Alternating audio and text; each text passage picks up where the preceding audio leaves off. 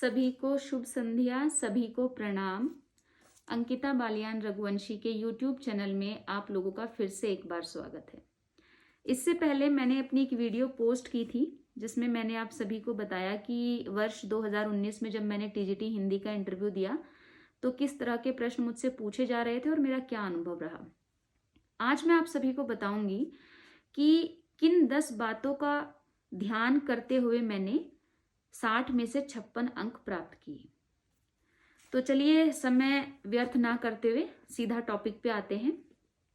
तो इन 10 मुख्य बातों में से सबसे पहली बात है आपका ड्रेसिंग सेंस, सबसे महत्वपूर्ण बिंदु, क्योंकि हमारा जो ड्रेसिंग सेंस है वो बहुत मैटर करता है। प्रत्येक प्रोफेशन की एक वेशभूषा होती है। जैसे आप लॉयर को देखेंगे तो ब्लैक कलर का कोट पैंट पहनते हैं, है ना। तो इसी तरह से शिक्षक को सदैव सादे वस्त्रों का प्रयोग करना है, उसकी वेशभूषा सरल होनी चाहिए। आप फीमेल हैं तो कॉटन की साड़ी पहन सकती हैं, सूट पहन सकती हैं। साड़ी आप तभी पहने जब कंफर्टेबल हो। अगर आप कंफर्टेबल नहीं है, आप उसको कैरी नहीं कर सकती हैं, तब आप बिल्कुल भी प्रयास ना करें साड़ी पहनने का, आप सूट पहने। बस केवल ये ध्यान रखें कि चाहे आप साड़ी पहन रही हैं या सूट, वो भड़कीले रंग के नहीं होने चाहिए, चमकदार नहीं होने चाहिए, कढ़ाईदार नहीं होने चाहिए और गहरे रंग के नहीं होने चाहिए। तो बस ये कुछ बातें हैं जिनका आप ध्यान रखें। और जो मेल हैं उनके लिए मैं ये कहना चाहूँगी कि काले रंग का कोट पैंट पहन लेना, गहरे लाल रंग का कोट पैंट पहन लेना या चमकीली शर्ट पहन लेना, इस तरह के प्रयोग ना करें। हल्के रंगों का ही प्रयोग करें और फॉर्मल कपड़े पहने। हल्के नीले रंग, हल्के गुलाबी रंग, हल्के भूरे रंग, इस तरह के रंगों का प्रयोग करें। एक सिंपल सी शर्ट डालें, फॉर्मल पैंट पहने और स्पोर्ट शूज ना पहने, जीन्स ना पहने, फॉर्मल शूज पहने। इस तरह के वस्त्रों का आप प्रयोग करें।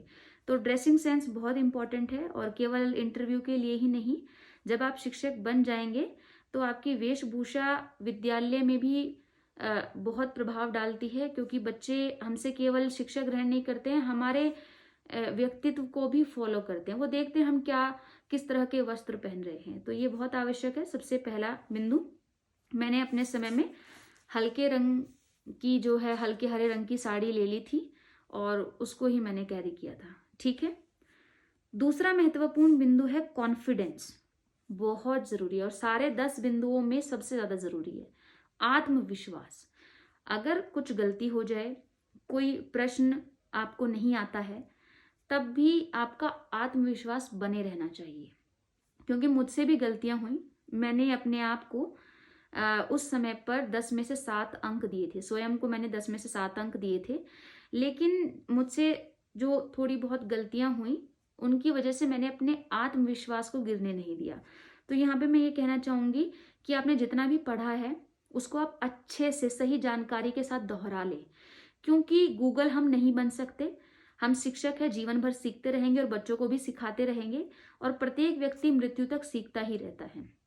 तो गूगल हम नहीं बन सकते, किंतु जितना भी आपके पास ज्ञान है, जितनी भी जानकारी है, वह सही होनी चाहिए और स्पष्ट होनी चाहिए। तो दूसरा महत्वपूर्ण बिंदु है आपका कॉन्फिडेंस। तीसरा महत्वपूर्ण बिंदु है गलती स्वीकार करने की क्षमता। ये बहुत जरूरी है। यदि साक्षात्कार के दौरान कुछ गलती हो भी जाए तो उसको स्वीकार कर लीजिए, क्योंकि गलती को स्वीकार करना कहीं ना कहीं आपके अंदर सुधार करने की योग्यता को प्रदर्शित करता है। तो ये बहुत महत्वपूर्ण बिंदु है। चौथा महत्वपूर्ण बिंदु है प्रोफाइल। आपका प्रोफाइल कैसा है। आप अपना बायोडाटा तो अच्छे से भरेंगे ही, साथ के साथ अपने डॉक्यूमेंट को क्रमानुसार अपनी फाइल फोल्डर में आप लगाकर लेकर जाएंगे। अब यहाँ पर कुछ ऐसे अभ्यर्थी भी होंगे जो इससे पहले कहीं किसी प्राइवेट स्कूल में, किसी इंस्टीट्यूशन में पढ़ा रहे होंगे या अपने घर पे भी बच्चों को पढ़ा रहे होंगे। तो आप अपने कुछ अचीवमेंट्स, अपने एप्रिसिएशन सर्टिफिकेट भी उस फोल्डर में रख लें। अगर आप कहीं जॉब नहीं भी कर रहे हैं तो अपने स्कूल समय में, अपने कॉलेज समय में आप कहीं ना कहीं किसी गतिविधि में भाग लेते रहे होंगे। हो सकता है आप एक हिंदी शिक्षक के साथ साथ चित्रकार भी हों, हो सकता है आप को करिकुलर एक्टिविटी में बहुत अच्छा कार्य कर चुके हों। तो आपके पास जो भी आपके अचीवमेंट्स हैं उनको भी आप अपने फोल्डर में रख लें। चलिए अगले बिंदु पर चलते हैं। पांचवा महत्वपूर्ण बिंदु है प्रभावशाली वार्तालाप। ये बहुत ज़रूरी है। कई बार क्या होता है कि हमारे पास ज्ञान बहुत होता है, हम जानते सब कुछ है, लेकिन हम अपनी बातों को ठीक ढंग से प्रदर्शित नहीं कर पाते। तो ये आवश्यक है, कहाँ पर किस वाक्य के बाद आपने पूर्ण विराम लेना है, कहाँ किस बात पर जोर देकर बोलना है, उतार चढ़ाव कहाँ लेना है। तो ये कुछ बातें ऐसी हैं जो आपके वार्तालाप को प्रभावशाली बनाती हैं। और सबसे महत्वपूर्ण बात, जब इंटरव्यू के दौरान पैनल आपसे कुछ प्रश्न पूछे तो प्रश्न को पूरा सुने। पहले बिल्कुल तसल्ली से आप प्रश्न को पूरा सुन ले। अगर नहीं समझ आया है तो आप दोबारा पूछ लें, लेकिन अधूरे सुने हुए प्रश्न का उत्तर देने का प्रयास ना करें। अगर आपको नहीं समझ आया तो आप दोबारा पूछ सकते हैं, इसमें कोई समस्या नहीं है। चलिए अगले बिंदु पर चलते हैं। अब छठा बिंदु है श्यामपट्ट पर लेखन कला, क्योंकि डेमो भी आपका देखा जाएगा, आप किस तरह से श्यामपट्ट का प्रयोग कर रहे हैं। और बीएड के दौरान हमें पढ़ाया जाता है कि जब आप श्यामपट्ट पर लेखन कार्य करें तो 45 डिग्री का एंगल बना लें। ऐसा क्यों जरूरी है, ये प्रश्न भी आपसे पूछा जा सकता है। तो ऐसा इसलिए जरूरी है क्योंकि 45 डिग्री एंगल के अनुसार जब हम लेखन कार्य करते हैं तो शिक्षक की नज़र विद्यार्थियों पर भी रहती है, कक्षा में भी रहती है, और वो अपना लेखन कार्य भी पूर्ण करता है। तो ये ज़रूरी है। साथ ही साथ ये भी ध्यान रखें कि यदि श्यामपट्ट पर पहले से कुछ लिखा हुआ है तो उसे मिटा लें, दिनांक डालें, अपना विषय डालें, उपविषय डालें, और उसके बाद अपना लेखन कार्य करें। तो ये कुछ महत्वपूर्ण चीज़ें हैं जो आप याद रखेंगे। और कक्षा और विभाग भी आपको श्यामपट्ट पर लिखना है। चलिए अगला महत्वपूर्ण बिंदु है शिक्षक बनने का जज्बा। ये एक बहुत जरूरी बिंदु है।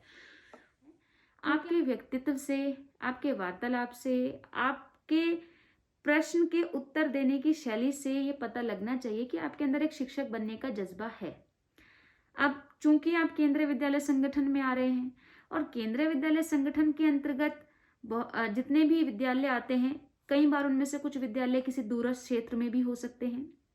हो सकता है आपको पहली पोस्टिंग आपके होम टाउन में ना दी जाए, आप उत्तर प्रदेश के रहने वाले हों और आपको राजस्थान भेज दिया जाए, आपको केरल भेज दिया जाए। तो आपसे कई बार ऐसे उलझाने वाले प्रश्न पूछे जा सकते हैं। तो यहाँ पर हमें बहुत ईमानदारी से काम लेना है, और हम शिक्षक बनने आए हैं और हमें इस अवसर का लाभ उठाना है, हमें अपने कार्य को स्वीकार करना है, और हम शिक्षक के रूप में शिक्षा प्रदान करने के लिए कहीं पर भी शिक्षा प्रदान कर सकते हैं। उसके लिए ये आवश्यक नहीं है, क्योंकि आप केंद्रीय विद्यालय संगठन का जो नेचर है वो तो जानते ही हैं। तो यहाँ पर इस तरह के कुछ प्रश्न आपसे पूछे जा सकते हैं, तो आप इसका सोच समझ कर ही उत्तर दें। और साथ ही साथ जब आप केंद्रीय विद्यालय संगठन की परीक्षा पास कर कर आए हैं तो कहीं ना कहीं आपके दिमाग में ये स्पष्ट भी होगा कि आपको कहीं पे भी भेजा जा सकता है। तो सच्चाई को स्वीकार करते हुए स्माइल के साथ ये स्वीकार करें कि हम शिक्षा देने के लिए कहीं भी तैयार होंगे, क्योंकि हम शिक्षक हैं और हमारा काम है शिक्षा देना। तो ये बहुत ज़रूरी है। अगला महत्वपूर्ण बिंदु है ईमानदारी। अब ईमानदारी के अंतर्गत किस प्रकार के प्रश्न आते हैं, या वो कैसे आपकी ईमानदारी की जांच करना चाहते हैं। तो कई बार क्या होता है, कुछ अभ्यर्थी 10th 12th तक साइंस स्ट्रीम से पढ़ाई पूर्ण करते हैं और उसके बाद ग्रेजुएशन में हिंदी का चुनाव कर लेते हैं, या आप कॉमर्स के विद्यार्थी हैं, किसी कारणवश आपको कॉलेज में दाखला नहीं मिला। और जैसे कि मैं आपको दिल्ली यूनिवर्सिटी का ही एग्जाम्पल दूंगी। अब तो दिल्ली यूनिवर्सिटी में एडमिशन के लिए एक कॉमन टेस्ट लिया जा रहा है। इससे पहले मेरिट के बेसिस पर जो है आपको कॉलेज का चुनाव करना पड़ता था। तो ऐसे में कुछ अभ्यर्थी ऐसे होते थे जो साइंस या कॉमर्स स्ट्रीम से होते थे, लेकिन जो संस्कृत, हिंदी, कुछ ऐसे विषय हो गए जिनकी कट ऑफ कम जाती थी, तो हम एडमिशन ले लेते थे। तो यहाँ पर आपसे वो कई बार पूछ सकते हैं कि आप साइंस के स्टूडेंट रहे लेकिन आपने हिंदी का चुनाव क्यों किया। तो यहाँ पे मैं आपको ये कहना चाहूंगी, जो भी आपके जीवन की सच्चाई रही है, जो एक्चुअल फैक्ट है, वही आप अपने उत्तर में रखें, घुमा फिरा कर बात ना करें। तो यहाँ पे इस तरह के प्रश्नों से वो आपकी ईमानदारी जांचना चाहते हैं। चलिए अगला और अंतिम बिंदु, जो केवल साक्षात्कार के लिए नहीं बल्कि शिक्षक के संपूर्ण जीवन में महत्वपूर्ण है, और वो है विनम्रता, सरलता, सहजता और तनाव मुक्त रहना। तो ये बहुत आवश्यक है। आपके प्रश्नों के उत्तर देने की शैली से ये नहीं लगना चाहिए कि आप तनावग्रस्त हैं। आपके उत्तर सरल सहज रूप में होने चाहिए। एक स्माइल के साथ आप अपने उत्तर दें, विनम्र रहें, बिल्कुल भी घबराएं ना, चिंता बिल्कुल भी ना करें। तो ये कुछ ऐसा महत्वपूर्ण बिंदु है जो आपको शिक्षक जीवन में भी काम आएगा। आज की वीडियो में बस इतना ही। अगर कुछ आपको प्रश्न जानने हैं, उनके उत्तर जानने हैं, तो आप मुझे कमेंट कर सकते हैं। सभी को ढेर सारी शुभकामनाएं और ढेर सारा प्यार। धन्यवाद।